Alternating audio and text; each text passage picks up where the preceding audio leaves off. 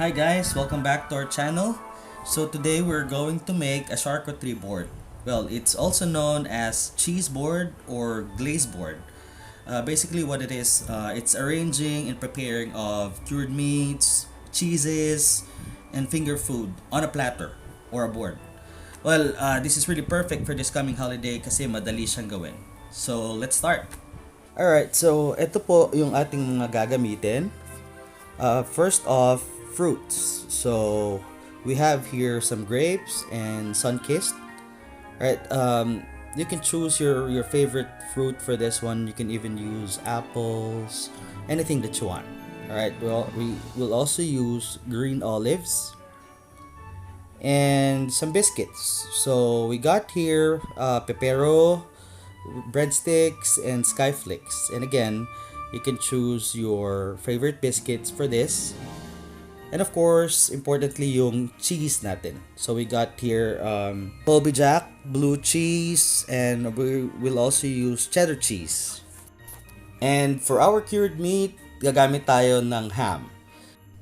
Alright, so yung ham natin, niluto na natin siya on a non-stick pan. Well, you can also use a little bit of oil. So yung isang part, we cut it into cubes. And then, other one, hiniwa lang natin siya ng maninipis. Just right.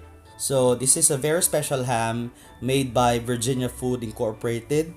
Well, the one we're gonna use for this video is their Jamon de Bola, which is of course our personal favorite.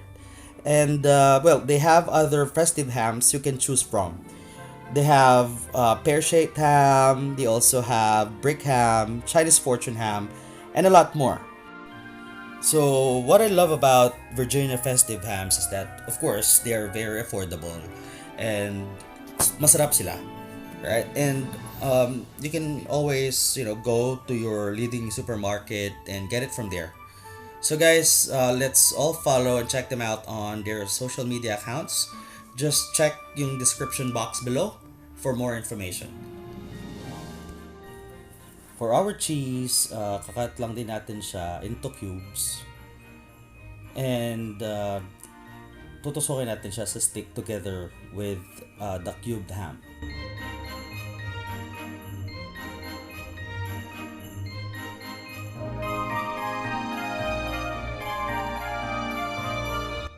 And now, we're ready to arrange yung ating cheese board. Well, unahin natin dyan yung ham, of course, our Virginia festive ham, Jamon de Bola, and yung ating skyflakes. Tapos, lalagay ko na rin yung grapes. For the amount, well, it really depends kung gaano kalaki yung board nyo. I guess you just really have to be creative on this part. Wala naman talaga siyang right or wrong when it comes to arranging.